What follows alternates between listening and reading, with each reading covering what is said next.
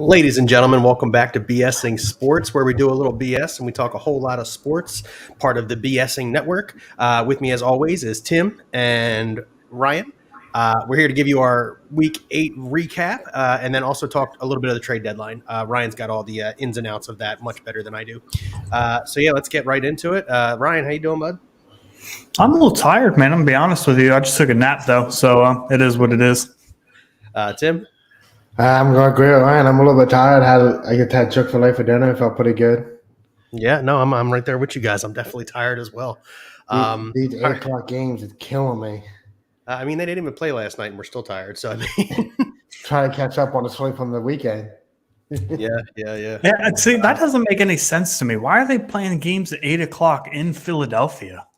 Because I get it in Houston, and they're behind. I get it in Houston because it's 7 local, but it's because Houston's still at work by the time, or just getting home for dinner and everything, so they can't watch it on TV or something like that.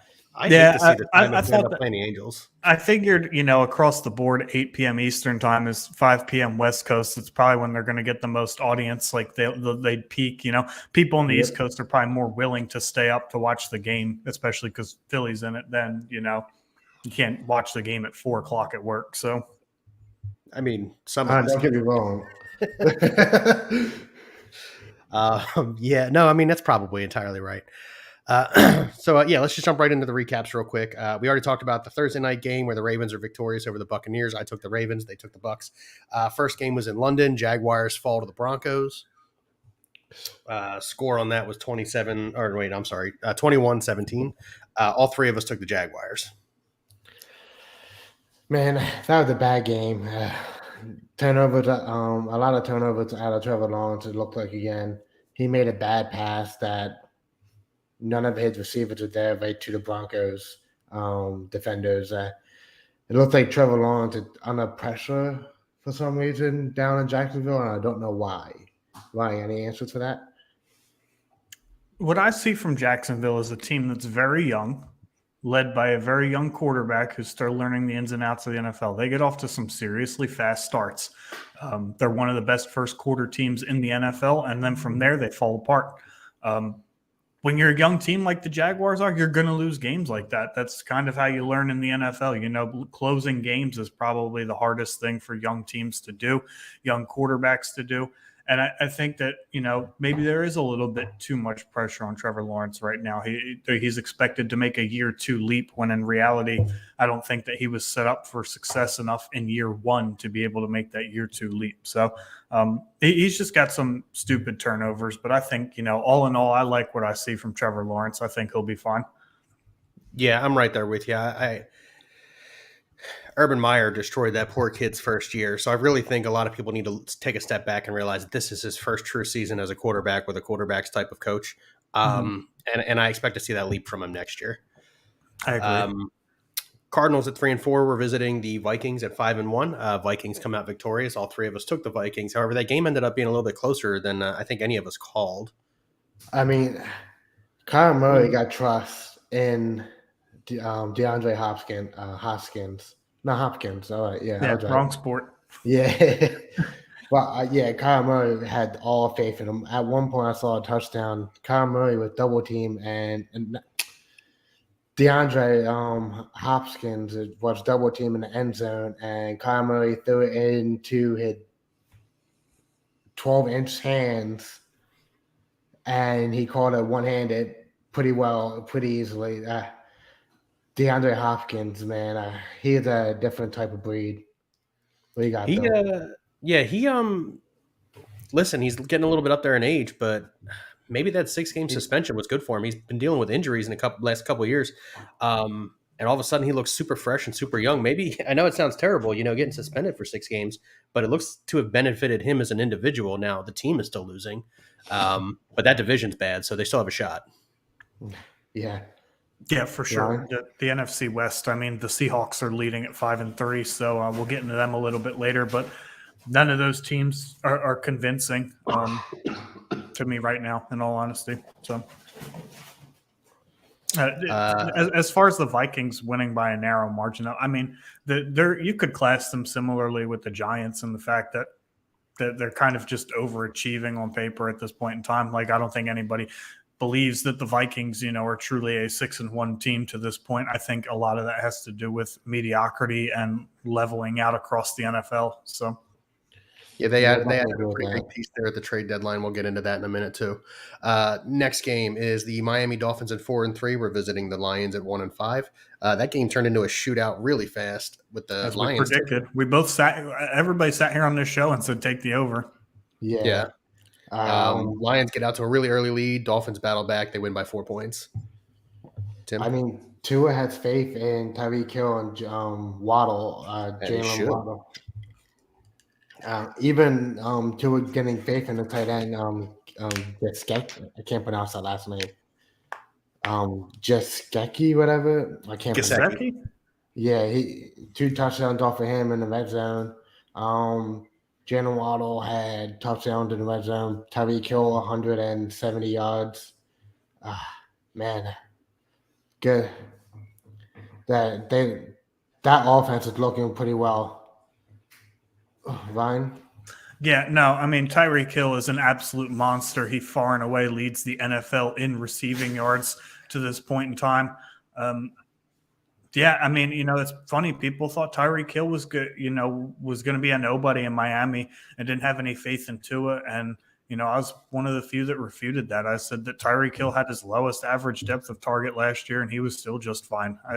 He's one of those dudes you could give him the ball at the line of scrimmage or even behind the line of scrimmage. He can still take it to the house. So he's an explosive talent. And that offense, when Tua is the starter, he utilizes Waddle, utilizes Gesicki. I mean, they're pretty good on offense. And they, they may have gotten a little bit better. We'll get into that a little bit later, though. That's why I didn't bring it up. Yeah, I mean, the Dolphins are very quickly reclimbing that ladder. They start out 3-0. They have some losses because, Tua's hurt. But I said the same thing is Tua's obviously a better quarterback than Teddy Bridgewater, better quarterback than the kid. I can't think of his first name, but his last name's Thompson. Skylar. Thank you, Skylar Thompson. Tua's obviously a better quarterback than both of those, and that team has a lot of weapons. They're going to continue to utilize them. They're going to continue to win games. Bears at 3-4 visiting the Cowboys at 5-2. We all take the Cowboys in this game. However, the Bears put up a little bit more of a fight than I thought they would. The Cowboys scored more than I thought they would, but the Bears put up a pretty decent fight in this one.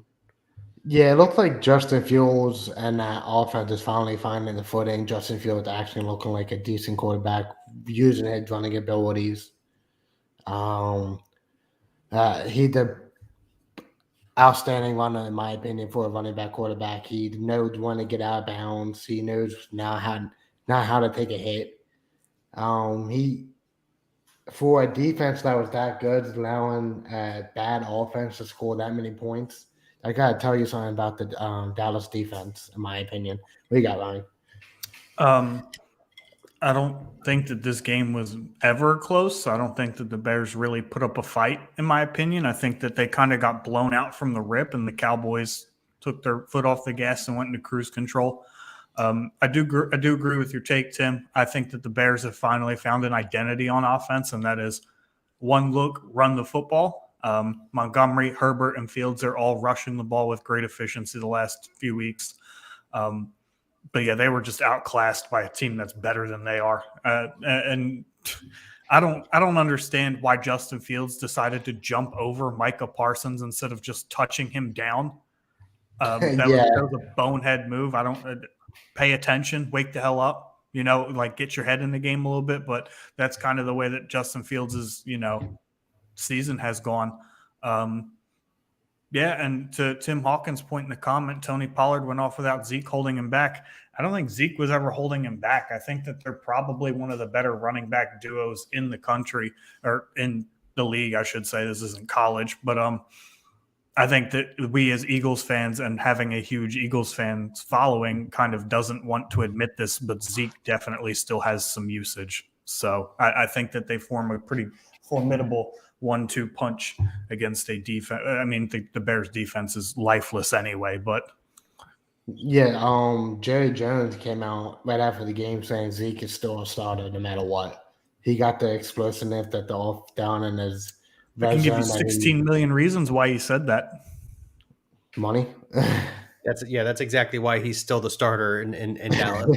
I said it before the season started that Tony Pollard was going to have more touches than Zeke this year. And it kind of started to go the other way a little bit, but obviously an entire game that Zeke misses and Pollard gets touches kind of goes in my favor there.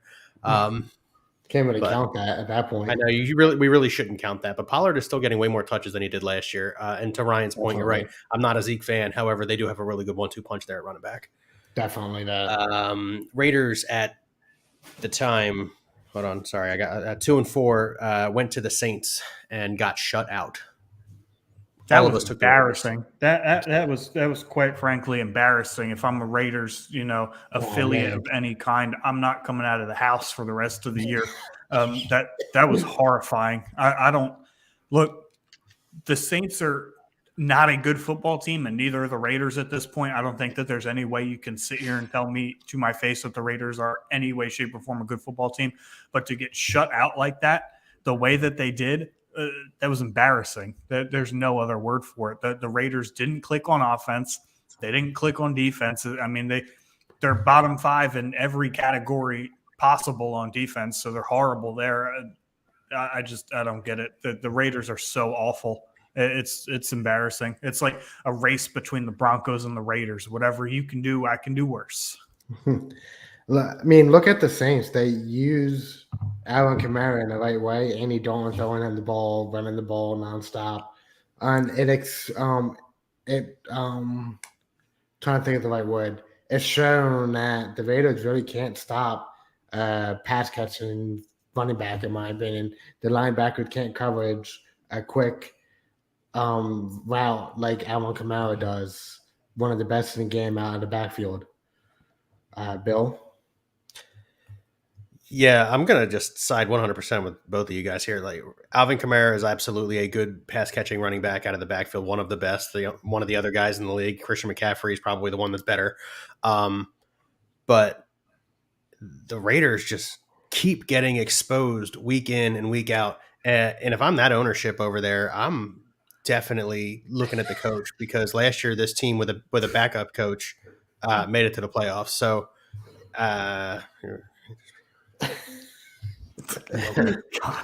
Logan Stone comments the Panthers kicker would fit in well with the Raiders. He was embarrassing, and I'm not even a Panthers fan. Yes, we'll get into that. Yeah. But yeah, again, if I'm the ownership over there in Vegas, you got to wonder. Not wondering at this point, you definitely got to be looking in the mirror, thinking to myself, "Man, I really hired the wrong guy. Josh McDaniels is not the guy." Definitely that. Especially because the Raiders were a playoff team last year without Devontae Adams. If you break it down, there's potentially three coaching vacancies in the AFC West next year.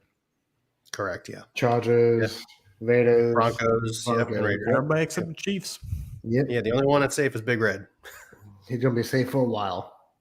I got another coaching comment. Tidbit of trade deadline information that is going to royally piss off the Packers fans. But all right, well then let's get through these because I want to hear it. Panthers at 2-6 with their embarrassing kicker losing overtime 37-34 to the Falcons. I mean, we all took the Falcons. Yeah, but at one point, this game was closer than I thought it would be. Definitely. The Panthers are showing some life.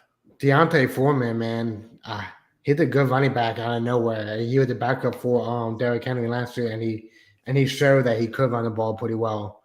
And the Panthers gets run back to a basic game: run the ball, pass the ball, run the ball, pass the ball, nonstop. Like the DJ Moore pass at the end of the game with 12 seconds left. Man, that was a great catch. But bad for him for taking off his helmet and getting that penalty, what caused the game, in my opinion. Gotta bring up that trade. Yeah, bring up this trade. Yeah, let's do it.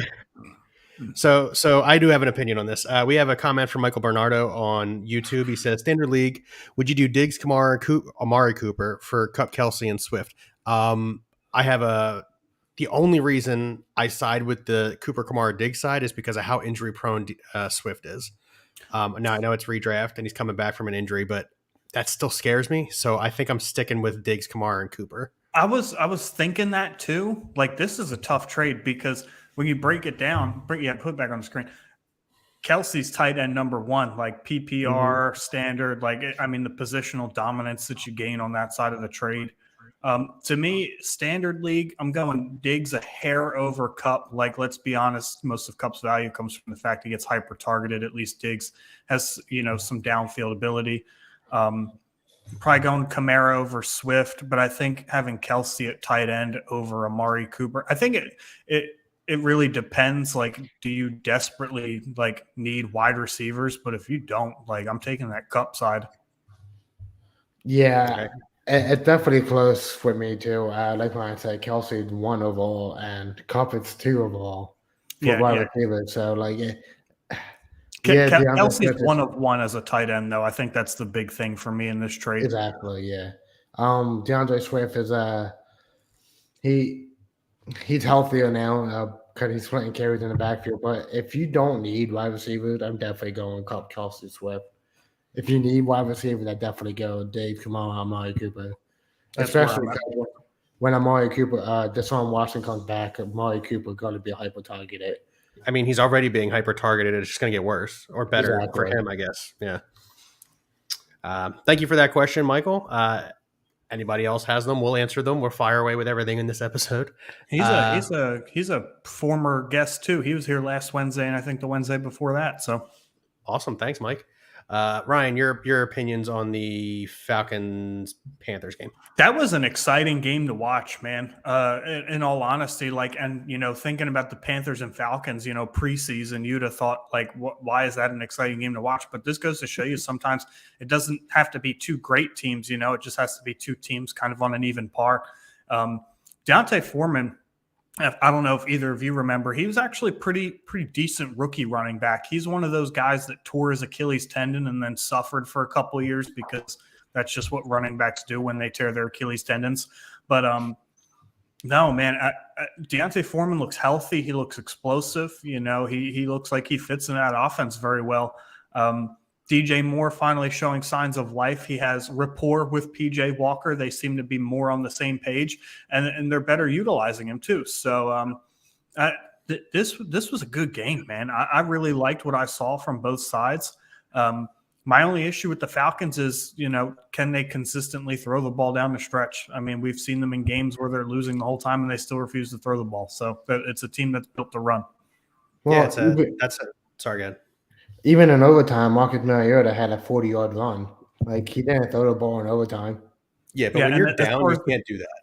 As far as the kicker goes, I mean, it happens. However, that short field goal needs to be made. Yes. I'm right there with you guys. Falcons are in first place in that division at 4-4. It's another division where it doesn't look like anybody wants to be the winner. Hell no. And it was just an exciting game. I caught a bit of it on Red Zone. Obviously, they're playing at the same time as the Eagles, so I was watching the Eagles. But yeah, just exactly like you guys said to your points, it was an exciting game to watch. PJ Walker is looking like he's going to be the starter from here on out. It hasn't been announced. He was announced the season starter, and Baker Mayfield's going to be the backup. I don't know what's going to happen with Sam Darnold. I guess that means he's third string, but. Timmy's got the scissors out. Cut him. You can't, because I think he's getting paid $13 million or something like that. Yeah, it's somewhere pretty hefty. It's somewhere a lot more than what he deserves. I can tell you that. Correct. Yeah. Do you want to bring up Michael's comment again? Oh yeah. So his other receivers in that league. So I don't know. Are you the Diggs, Kamara, Cooper side, or are you the Kupps, Kelsey, Swift? If he's starting two receivers, I'm taking the Kupp side. I'm also taking. I will switch to the Kupp side.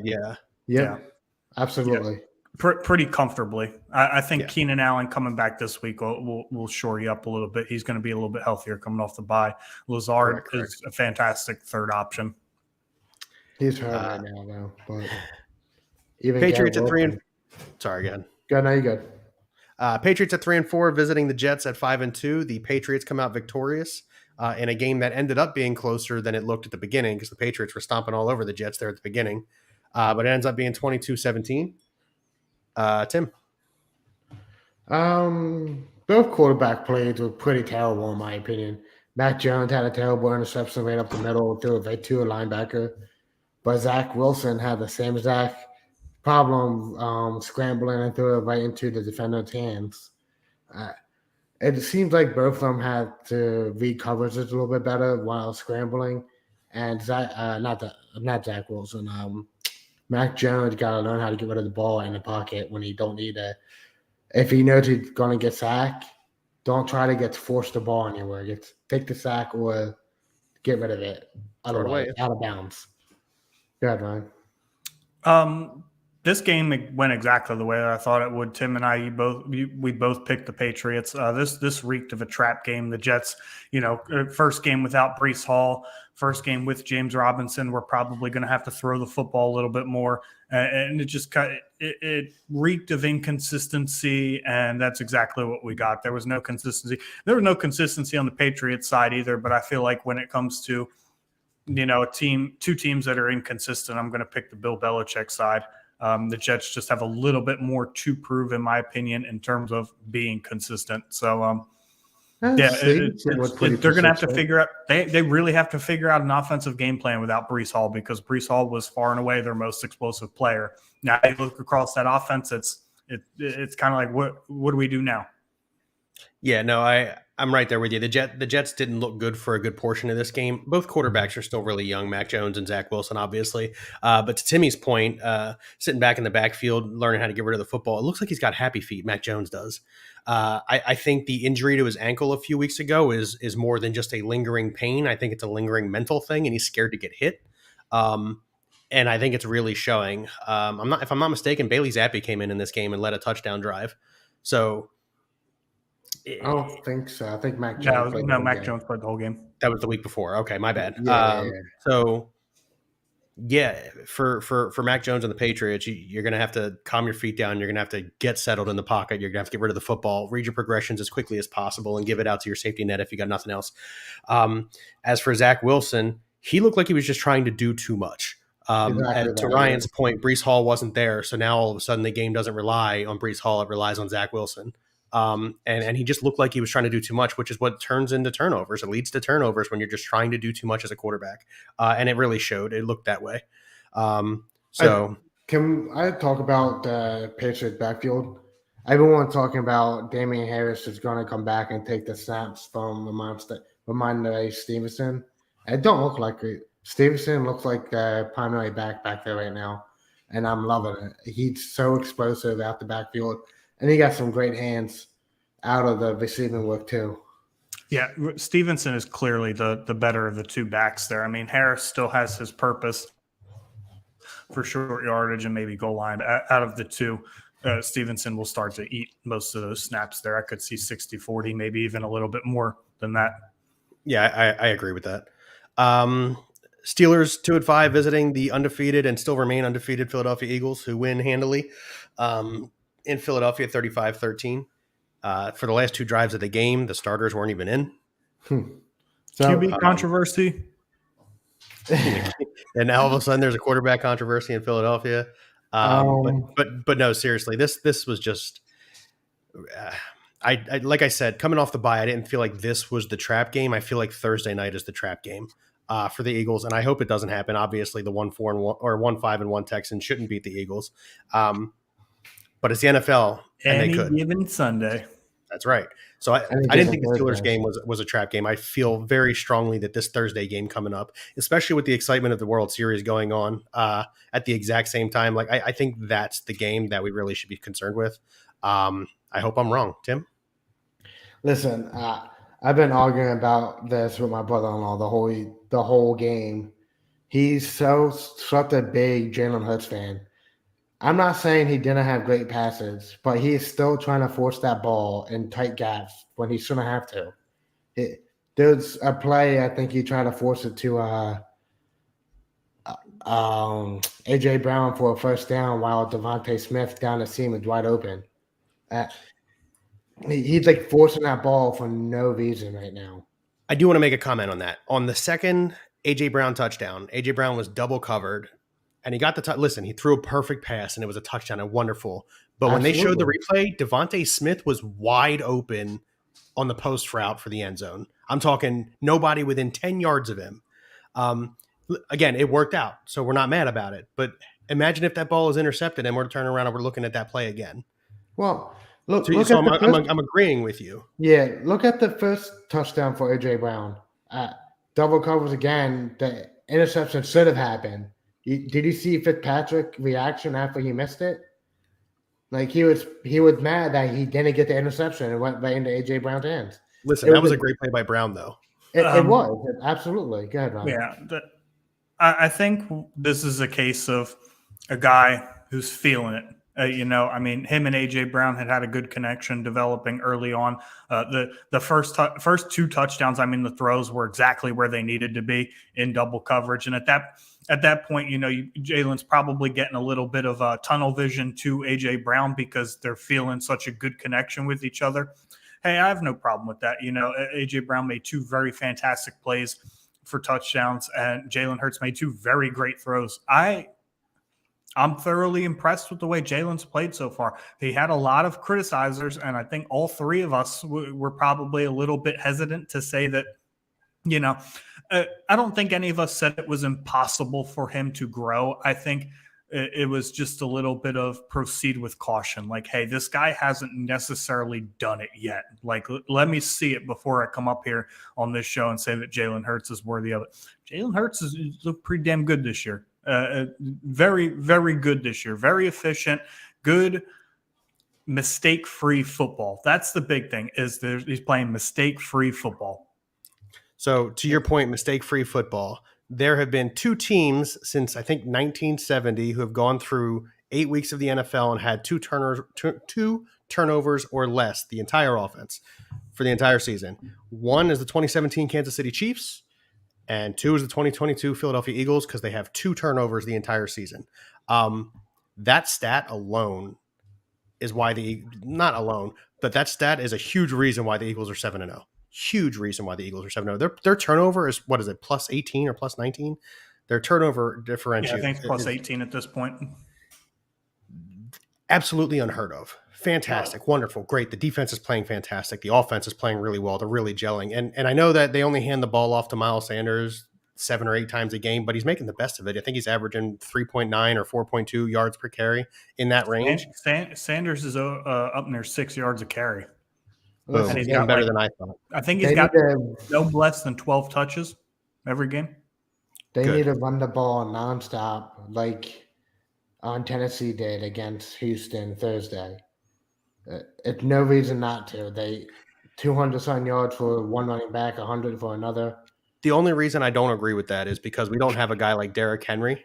Now, having said that, we have a great running back tandem with Scott, Gainwell, Sanders, and Jalen. Let's not forget Jalen. Huh? Shit, Gainwell doesn't even see the field. He's still in there on the 2-minute, 4-minute drills. He's still the running back. And that's okay with me. It really is. Look, Sanders has gotten better this year about catching the ball out of the backfield, and it's a place that we discussed before the season. He needed to be better, and he's been better. He's scoring touchdowns, which before the season started, we said he's got to score touchdowns. He's been scoring touchdowns. What's he got, 5 now? We said that Sanders had to be better, and he's been better, and it's part of the reason they didn't go and get a running back at the deadline. Flat out. Sanders being better is why they didn't go get a running back. Howie Roseman did not want to pay too much, and he didn't have to. He wasn't in a I need a running back situation, and he doesn't. What's the next game we got? Sorry, yeah, we spend way too much time on the Eagles every week. Titans at 4-2. We're visiting the 1-4-1 Texans at the time. I took the Texans foolishly. Ryan and Timmy took the Titans intelligently. What a sucker. Ryan made me do it. Yeah, no, I trapped you. I talked the Texans up all that time so you would start picking them continuously and help us catch up. This was just a simple case of Derrick Henry. I mean, there's no other way to explain it. Malik Willis threw 10 passes the whole game. He was 6 for 10 for 55 yards and an interception. He's very, very, very, very obviously not ready to be an NFL quarterback. He looks like dog water every time he steps on the field. However, he was not needed to throw the football this week because Derrick Henry plays for the Titans. That's it. Yep. Tim, yep. There's nothing else to speak about. Like, Nope. No, you're Sure right, is. man. It's time to move on. Yeah. Next game. Yes, actually, I'm yeah, okay. Giants at 6-1 at the time, visiting the 4-3 Seahawks. Timmy picks the Seahawks. Ryan and I take the Giants. listen, that Giant offense is very good. I'm not denying that now. They stopped an explosive offense that was scoring 30 You to meant 40 Giants points. defense. I'm sorry, yes, Giants defense. I'm sorry. They stopped explosive offense that was scoring 30 to 40 points every other week. They only held them to 20. So I think it was 27. 20, yeah, exactly, 27 points.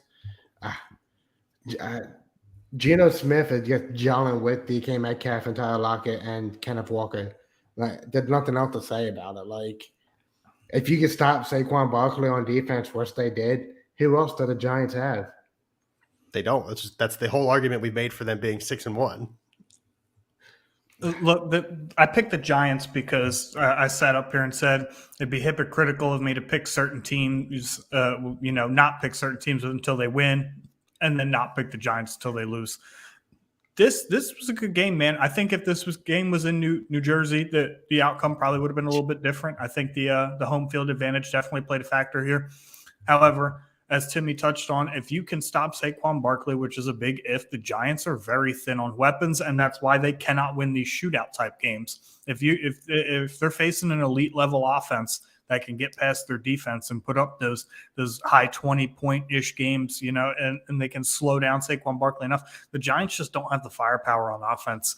And during the trade deadline, that did in fact not change. So I don't know how serious the Giants are about winning this year. We'll get into that when we get to our trade talk, but they just can't compete with high-powered offenses. That's the way this team's built. They are solely relying on coaching, the talent that they do have being put in the right positions at the right time. But when that's not enough, they're going to lose.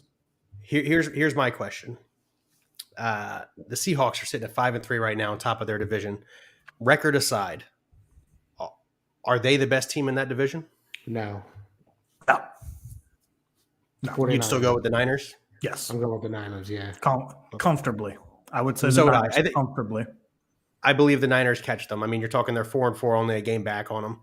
And the Niners have lost to some good teams. The Niners haven't lost to, too many scrubs. They lost to the Broncos. I said too many scrubs. I hear you. No, I'm with you. Yes, funnily enough, the Niners is the next team on our little chart here. So the Niners at 3-4, we're visiting the Rams at 3-3. Timmy and Ryan both took the Rams. I took the 49ers, and the 49ers the Rams started this game out so good, and then they just fell flat. Like, I don't understand why they went away with what they were doing. The credit to the 49ers, they made some excellent adjustments on both sides of the football, but the Rams came out of this game storming out of the gates. They looked great the first 3 drives, and then it just all disappeared. I mean, they didn't start playing bad, but they just kind of didn't change their game plan to the 49ers changing to their game. I don't know if Shanahan is living rent-free in McVay's head or what, but I think strictly this was McVay getting outcoached. I think that the adjustments on the 49ers' behalf were so much better than what the Rams did or didn't do, obviously. So I think that's what this game came down to. Yeah, so I mean, I'm right there with you. I didn't get a chance to catch most of this game, but obviously I went through the highlights because that's what I do. I can find time to run through highlights and my breaks and stuff at work. I totally agree with you. And you said it before, Ryan. You said it before we even started the predictions last week when we were talking about these two teams. Is the Niners have won? What is it now? 10 straight? 9. Yeah, I think it's 9 straight. Regular season other than game. the play, 9 straight regular season games against the Rams. And for that alone, I decided to take the 49ers. I also thought that Christian McCaffrey would play a much bigger part. And I mean, when you throw a touchdown, you rush one and then you receive one. He scored more touchdowns than the Rams did. Correct. Tim? Yeah. I thought McVay could have a game plan for Christian McCaffrey with Aaron Donald, that defense. And I was completely wrong. I am fading the Rams almost every week now. Yeah, they're almost one of those teams that I'm looking at and I'm like, man, until you show me you can play good, Yep. I'm not sure if I'm taking you. I'm almost right there with you. It depends on who they're playing, obviously. They have a pretty decent stretch coming up. So they're at Tampa, home against the Cardinals, at New Orleans, at Kansas City. Obviously, they're going to lose that game. Then they're home against Seattle and home against Vegas. So if they don't only lose one, maybe two of those games, then it is what it is. But there's some very easily winnable games in that stretch, and they have to make some moves in the standings, and it has to start next week in Tampa. Yep. That is especially against Tampa, because if Tampa wins one game with Brady, they could win two, they could win three. You got to step on Tampa while they're down. Absolutely. I'm with you there. Oh no, never mind. Scratch that. They already played. We are going to move on to the Washington Commanders, who for the second straight week win a very close game. This time it's against the Colts, 17-16. Sam Ellinger looked exactly the way that I thought he would. Like garbage. I mean, I don't think that he's an NFL quarterback. I watched him at Texas. I just don't think that his skill set fits in with the way that NFL quarterbacks are supposed to play the game. But I mean, it was one start, so I'm not going to sit here and hammer the guy. The Colts are terrible. They're a terribly coached team. They just fired their offensive coordinator, so Frank Reich's taking back the play calling duties. I don't think that's going to help. It's not going to get any better. It is clearly evident, and nobody thought of this at the time. Nick Sirianni had a big part to play in that Colts offense, and now that he's gone, it's looking like, okay, maybe the Eagles probably found a diamond in the rough here. On the defensive side of the ball, Matt Eberflus is gone, and all of a sudden the Colts are a terrible defense. Yeah, that makes sense. I think the Colts are a little bit in trouble. Here we go with this comment. 2-0 without wins. Listen. Before Tim Hawkins is one of those guys that thinks Wentz had absolutely nothing to do with the Eagles winning a Super Bowl. Exactly. Okay, well, Tim Hawkins is wrong. The Eagles are 13-1 or 13-2 when he leaves the field injured against 11-2. Whatever, you get what I'm saying. He's a huge reason why they get the number one seed. It's a huge reason why they can play those teams in the playoffs and get to the Super Bowl. I'm just saying he's played well. We're not going into a whole spiel, but he's just a Wentz hater. That's just where he hates for no reason. Wentz is definitely a better quarterback than Tyler Heineke, and it's that simple. Yes, he may not be the best teammate, but he's talent-wise better, flat out. So you can not like Wentz all you want, but that's the answer. Sorry, Tim. Let's go into your Commanders. Colts. I'm going to add on to the Wentz. He's going to take over that starting job again, no matter what. Tyler Heineke knows it. Tyler Heineke said at the beginning of the year, they don't pay someone $30 million a year to sit the bench. Plain and simple. Like, he's going to play. 30 million reasons, right? But it looks like the Washington's defense finally figured something out, how to stop a running game. And iffy, right? They did all right against Derrick Henry, but I mean, it was a bad game overall. Bad quarterback play, bad offensive play. Tyler Heineke made a bad pass at the end that Terry McLaurin bailed him out at the 1 yard line. I mean, what more can you really talk about this game? Really, bad not much. Listen. We all took the Commanders, and I think it was more because we trusted the Commanders coaching than we trusted the Colts coaching. Frank Reich is on the hot seat. We'll get into coaches right after we finish these last two games real quick. But I do want to talk about that. Yeah, I took the Commanders because of the Colts, not because of the Commanders. That's very similar. Yes. Packers at 3-4 visiting the Bills 5-1. This was a lower scoring game than I thought it was going to be. Ryan said it was going to be a low scoring game. It was lower scoring than I thought it was going to be. So the Packers lose 17-27. I'm actually surprised at how almost on the nail or on the head Vegas got this line down. The spread was 10.5. And the over-under was 47. So the total was 44, and the game spread was 10. I was like, okay. But I think the Packers, the Packers just lack talent.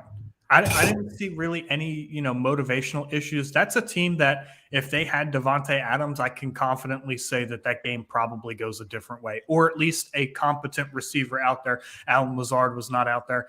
And I know a lot of us dynasty players have this extreme amount of faith in Romeo Doubs, but he was a day 3 pick. So this is a team that just lacks talent and did not get any better during the trade deadline, which we will get into a little bit later.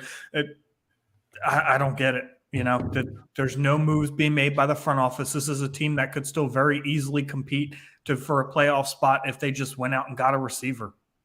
That's what they're missing. Is this team just doesn't have it's similar to the Giants, except the Packers are playing better teams because they were a better team last year. Their schedule's harder.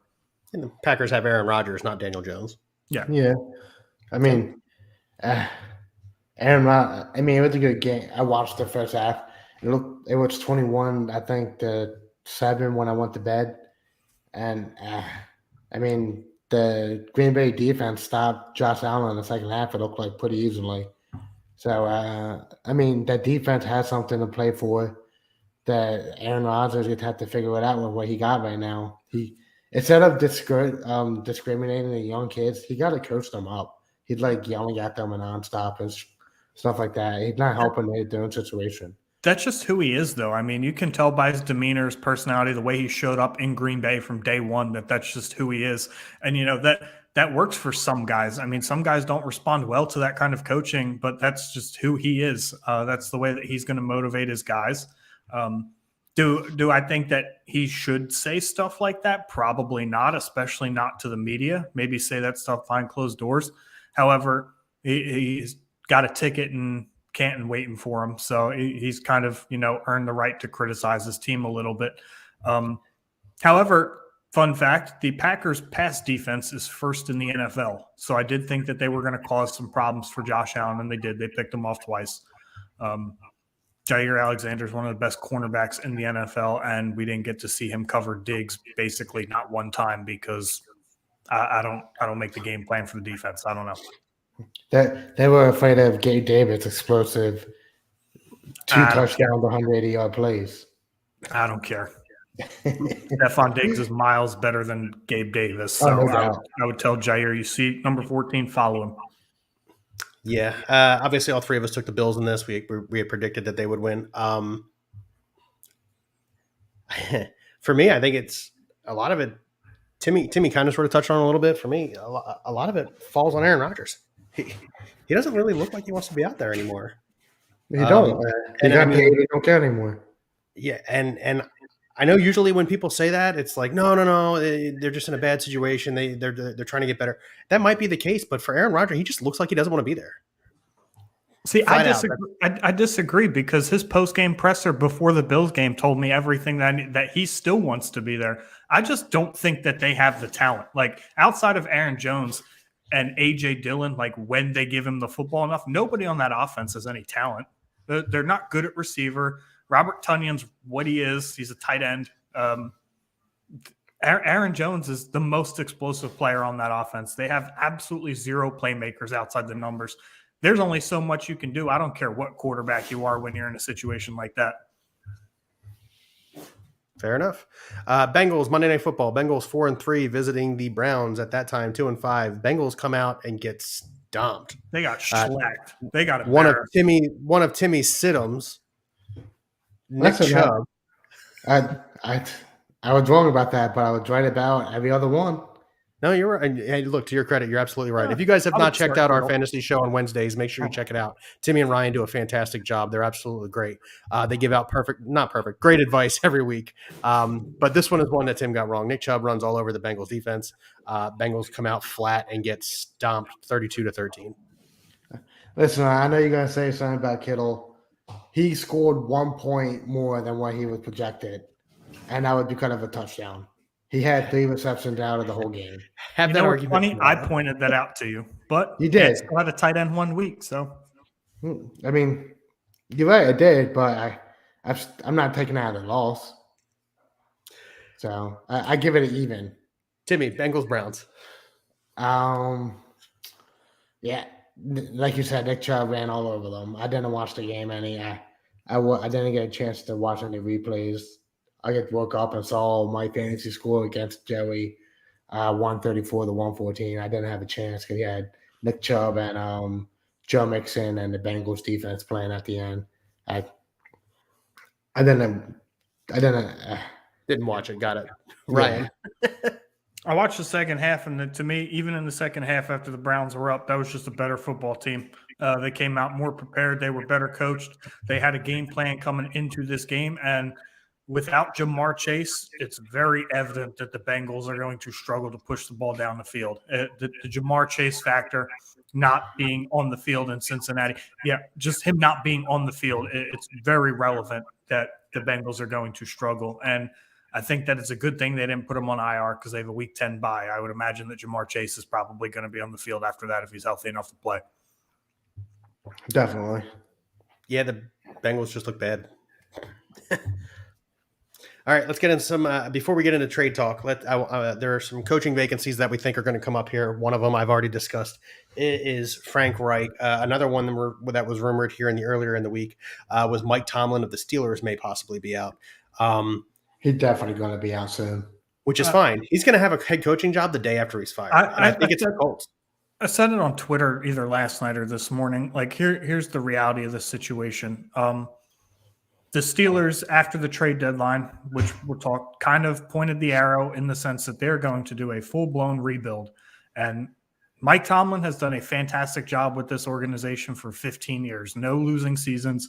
That's unheard of. That's a new precedent. Congratulations. He's had a great job. Like Reed in Philadelphia, sometimes it's just time. And there's no better time to move on than when you're doing a full-blown rebuild. Get a new coach in there. Get your team a new identity. It's just time for Mike Tomlin. They're probably going to – I would imagine that they do their due diligence and give him the whole rest of the season. I feel like that would be criminal to fire somebody like Mike Tomlin in the middle of the season. But it's time. The arrows are pointing that this is Mike Tomlin's last season in Pittsburgh. And I wouldn't be surprised if 12 hours after he got fired, he had a new job, or at least 10 different teams calling for him. Yeah, that's where I'm at, Tim. I agree with that. He's a great coach. All right, Ryan, I'm going to let you fire off with these trades. Timmy and I can jump in and comment as we see fit. But other than that, it's you. Fire away, man. Okay, so the first big trade of the day, as we all saw, the Vikings acquired tight end TJ Hawkinson from the Lions in exchange for a 2023 second, a 2024 conditional, or no, they got the fourth. And then the Lions also get back a 2023 fifth and a 2024 fourth. So this is a big move inside the division. Let's hear some thoughts.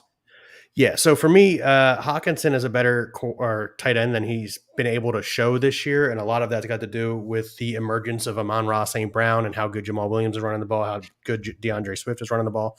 But Hawk has been like the only consistent piece of that offense for a few years now. He's going to get touches. He's going to get touches with Kirk Cousins throwing on the football. I know we're not all super excited that Kirk Cousins is a quarterback anywhere, but he's going to get touches as a tight end there in Minnesota. I think this is a good trade for Minnesota, especially. Hawk's going to do well. See, I agree that he's going to do well, but I don't think he's going to get many touches that you think.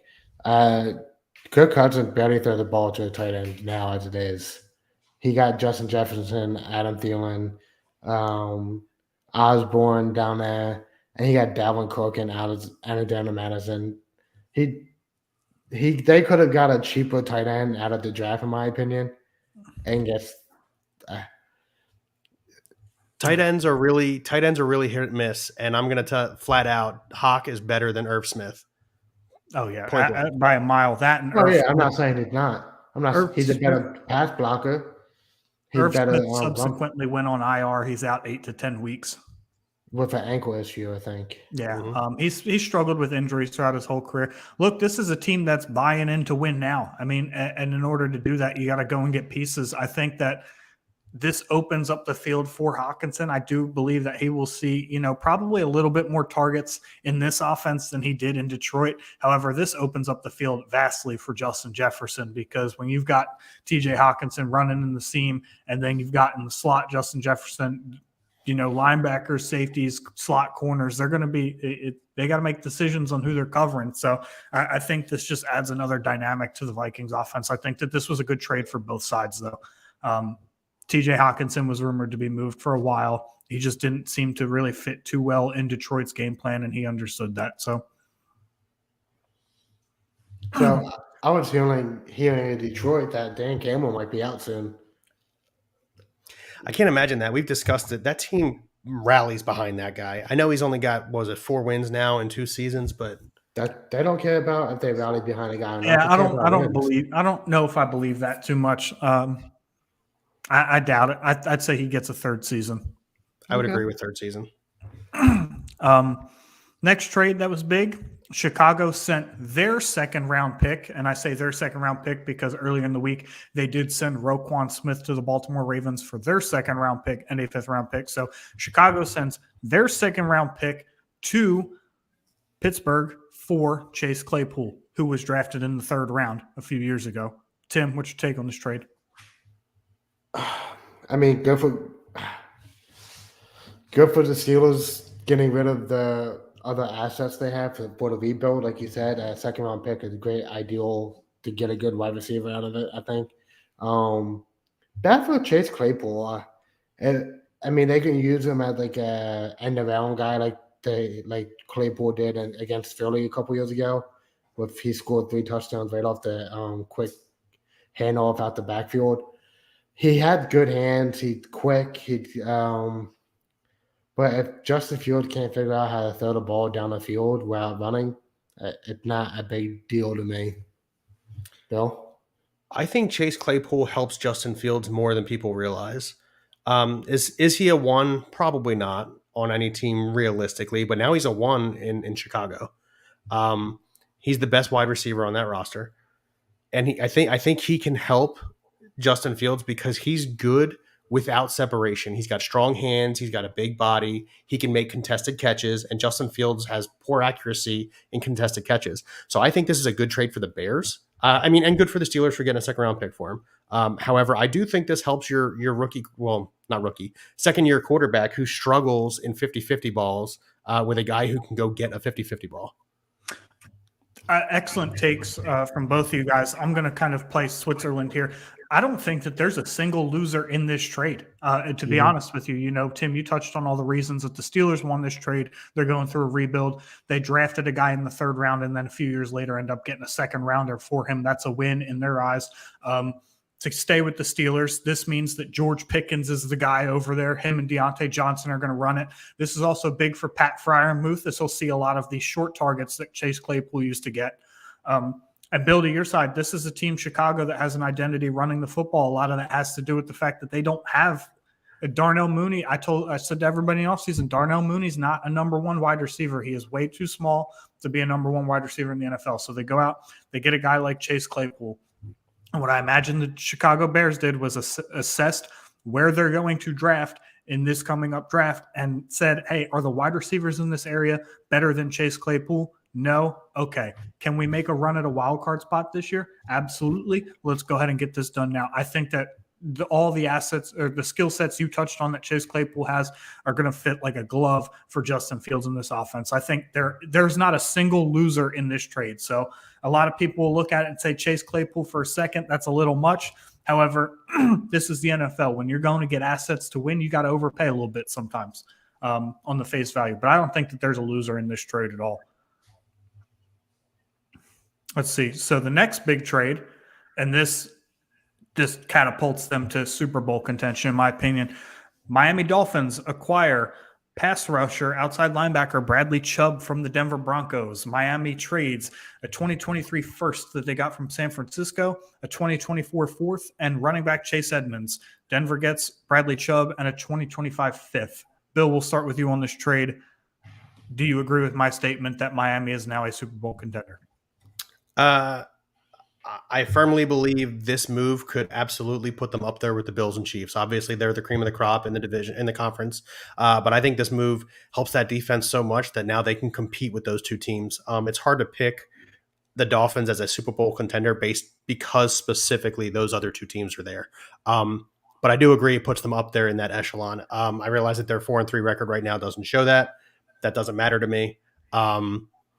Because again, Tua was injured for a couple of games. Listen, Bradley Chubb is a guy that's going to lead your team in tackles. He's that kind of guy. He not only that, but he's a good run stopper. He can cover he can cover running backs in the flat. He can cover tight ends going out on routes. He's a huge difference maker for a defense, and Denver knows that. That's why they got what they did for him.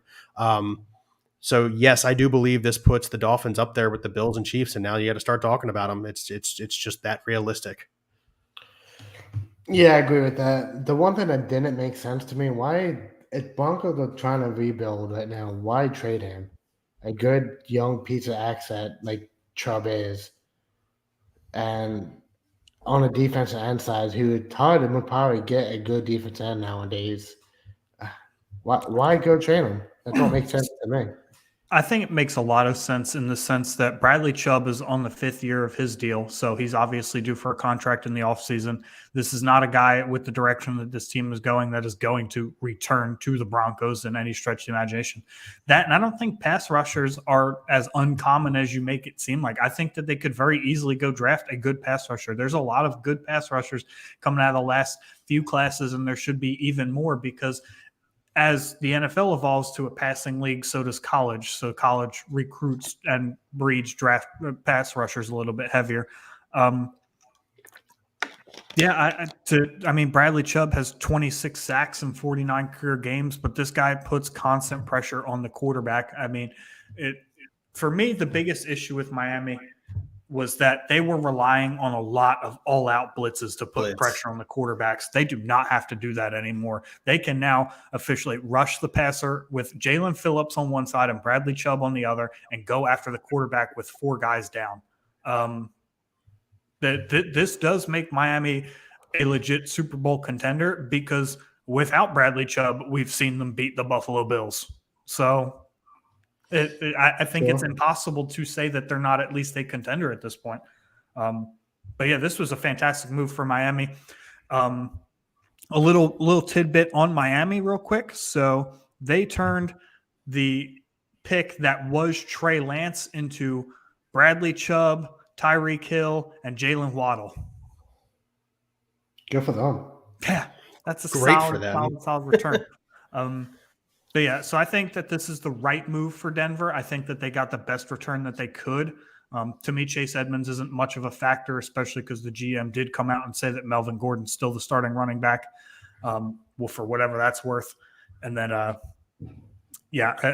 think that this is another win-win. The Broncos definitely needed to recoup some assets from that looking like terrible Russell Wilson trade. Next trade, we have Jeff Wilson to Miami. Obviously, Miami trading away Chase Edmonds. They just fill a slot there. Do either one of you really have a take on that? No, not really. No. Okay.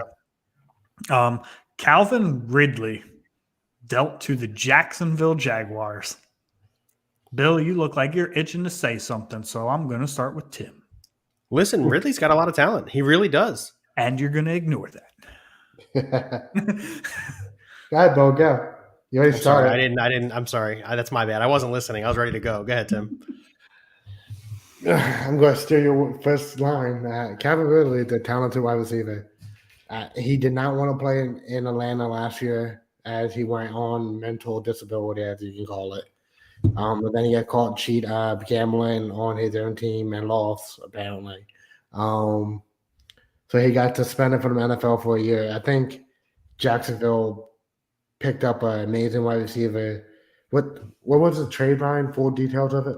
So the Falcons get a 2023 fifth and a conditional 2024 fourth. Here are the conditions. So it stays a fourth if Calvin Ridley's on the roster. It goes to a third if Calvin Ridley reaches certain incentives, like he makes the team, does XXX, and becomes a second if the Jaguars sign Calvin Ridley to a contract extension. Okay.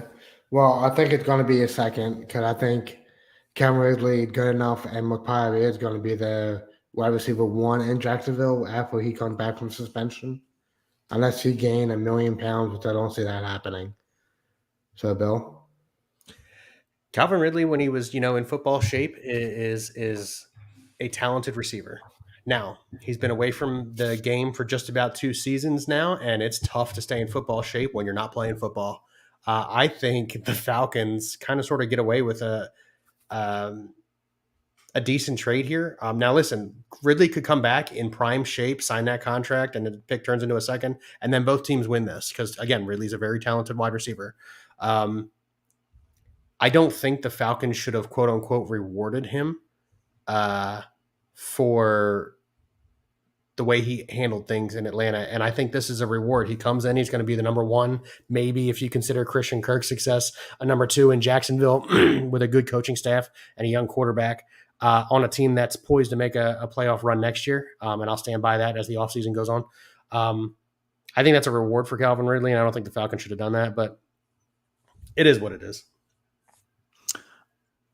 I think that this trade has the potential to work out for both teams, but right now I'm going to go ahead and give the nod to Atlanta simply because it's really hard to tell what this guy's going to do after almost 2 full years off. I mean, we're in the same boat here with Deshaun Watson. We just don't know what this guy's going to be able to bring.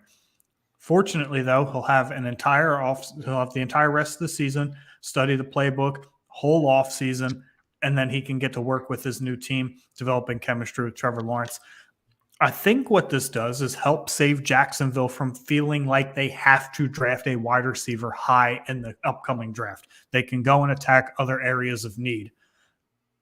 I like this trade for both teams. I think that if everything, explodes to the top of their potential, I think the Jaguars can ultimately win this deal. I think a fifth and a second for Calvin Ridley, a guy like Calvin Ridley, who's only going to be 28 years old at the start of next year, is, nothing. So it's got some potential. I like the way that that's going to go out.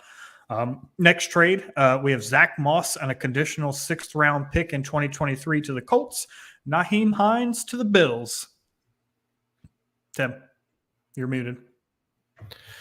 Good for Nyheim Hines getting out of the Colts to a Super Bowl contending team right now. He probably is going to take over that backfield. He's more explosive than Devin Singletary, better pass catching running back. A lot of people were saying that behind JT, he was still like an Alexander Madison type running back. He could be a running back one somewhere else. And I think Buffalo got a great pickup right now. Bill. Yeah, for me, he's still a third down back in Buffalo. And here's why. Is Josh Allen doesn't really, unless it's a designed screen, doesn't really use the running backs as a safety net. He trusts his legs. So it's going to be Singletary on first and second down, and especially for short yardage because Hines isn't that kind of running back. But it does open up the third down.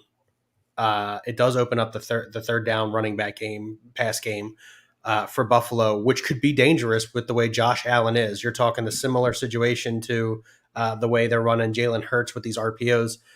It could be similar to that on third down with Nyheim Hines. He is dangerous. He can catch the football. He can also play in the slot, which could come up big. You could also have Singletary.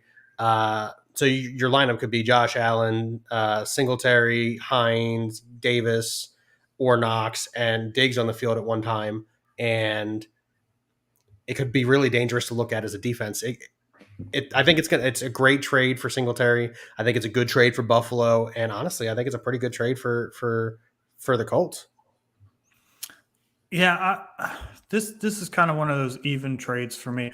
It's not necessarily the players being moved in the trade that I, raise my eyebrows at. It's how bad is James Cook that they went out and got another pass catching back? Because when James Cook was drafted out of Georgia, he was supposed to be like Nyheim Hines, take a few carries, be the pass catching back out of the backfield.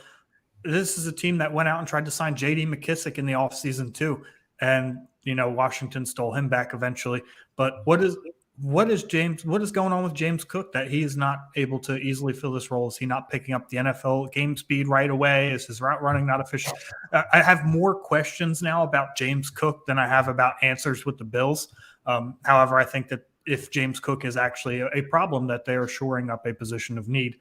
I would like to point out, though, I did not mention that this is an NFL record for trades on trade deadline day with 10. Oh, wow. Nice. Yeah.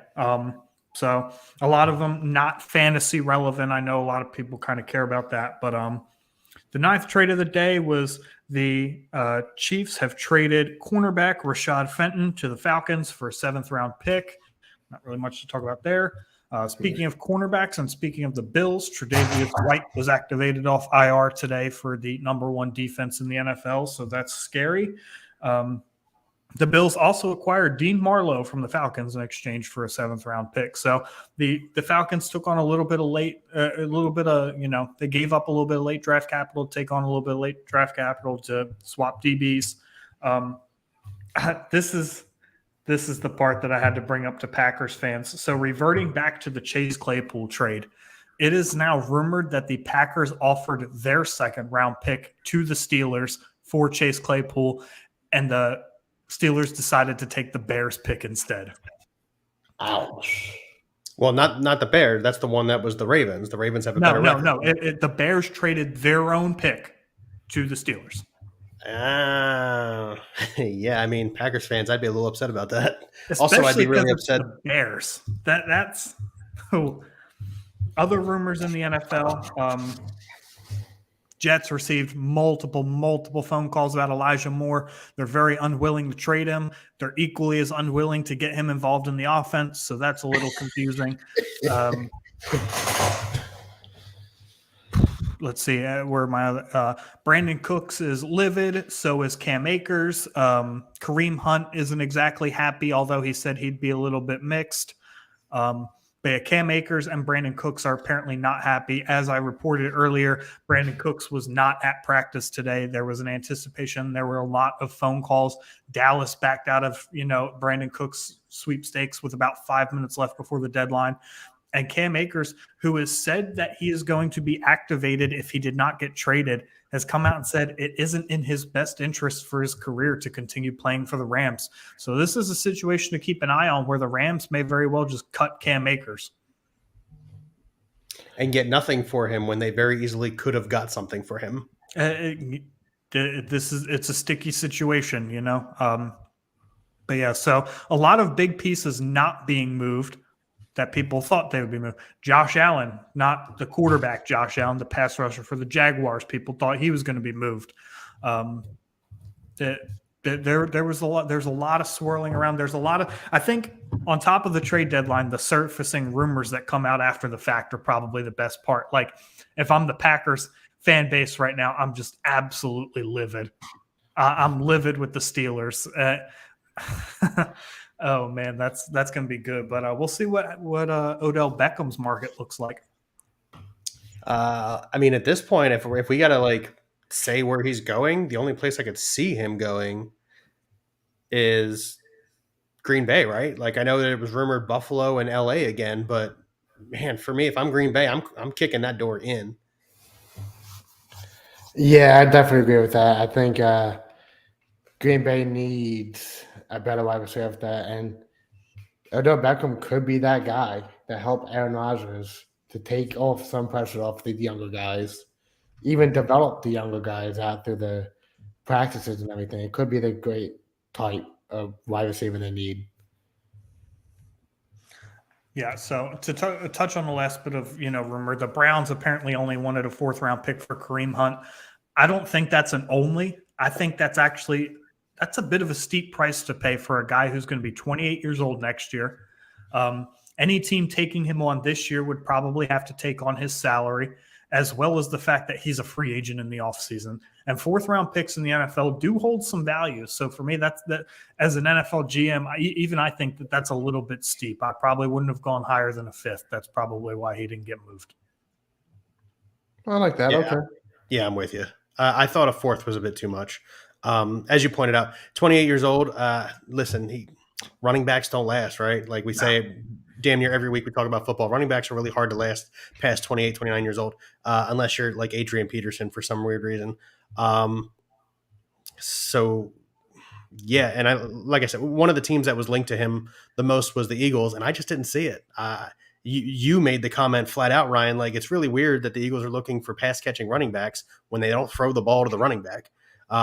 And I mean, that's just the reality of it, right? Like, Now Why that look could be for a running because back they like don't that? have they maybe they don't believe that they have great pass catching running backs, but it's a little weird for an offense that doesn't scheme plays to the running back through the air that they would want to be so heavily invested in going out and getting a running back that catches passes. Yeah. You guys got anything else? Nope.